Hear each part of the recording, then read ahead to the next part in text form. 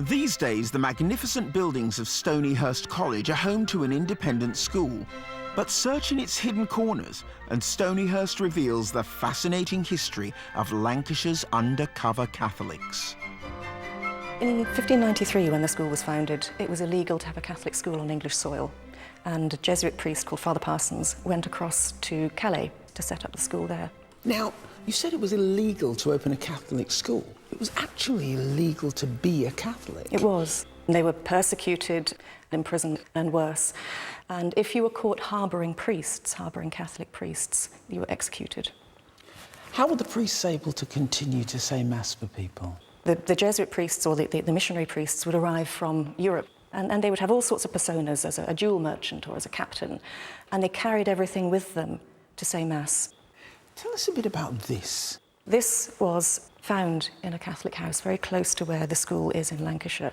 And in here you could have had threads and silks and bits of ribbon and so on. So you would have a disguise, a persona. And then inside is everything you'd need to say Mass. So, for instance, we have here a chasuble, which is... Wow, is this the one that was actually This is the one that was actually in here. So how old is it? This is early 17th century. And the lovely thing about it is, if you look at it, it's made from ladies' dresses, because you couldn't go out and buy expensive fabrics to make vestments because that was illegal. And so you'd make do and mend. And everything in here has been homemade. A priest needs an altar stone. Mm-hmm. Normally an altar stone is incorporated into the altar in a physical church, but They didn't have physical churches, so they carried the altar stone with them. And this is the stone on which the bread is consecrated. He'd need a chalice, obviously. And then there were other sort of prayer aids. This is a 17th century rosary ring. So you can slip this on and you can actually say the rosary very discreetly and quietly, just by turning the beads to say the Hail Marys. Have you got any other relics? We look after a very large collection of relics.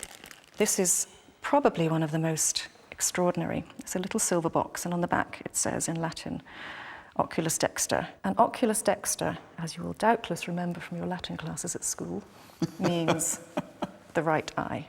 And there you can see it is in fact... This is the right eye of Edward Aldcorn. What happened to him? He was hanged, drawn and quartered at Worcester on the 7th of April in 1606. So were Catholic priests hidden in this house? Yes, in the 17th century. Where? There were various hiding holes constructed in the house.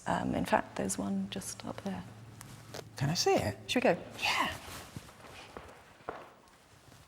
So this is the room where the priest's hole would have been? That's right, yes. Okay, so yes.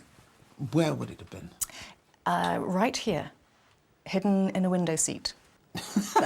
This is a Victorian addition. The original window seat would have been a lot harder to puzzle out. And they would climb in through here? Through here, and then just sit and wait it out. Often a raid would last for up to a week. The priest hunters would know that there was a priest in the house somewhere, and if they couldn't find the hiding hole easily, they would just sit and camp and wait until the man was starved out. Why do people think it was worth it to go to such trouble, Jan? Because to be a priest, your whole vocation in life is to bring God into people's lives and to give glory to God through praise, through liturgy, through celebrating the sacraments. And that means everything to you as a priest.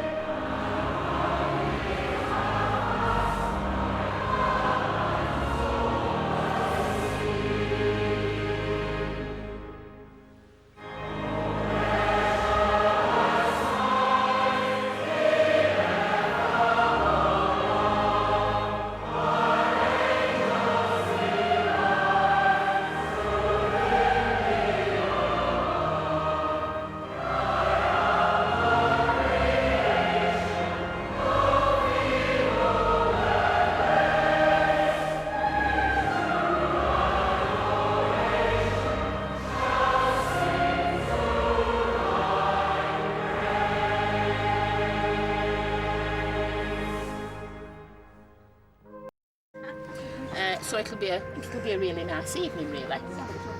Catholic priests hiding undercover in Lancashire during the Reformation would have been surprised to find that nowadays people of different faiths are living side by side in the county.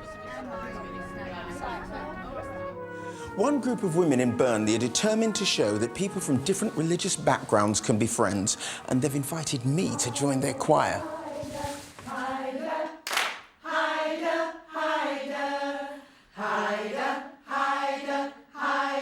The choir is part of an interfaith initiative called Building Bridges and was set up after a rather unusual pilgrimage to the Holy Land.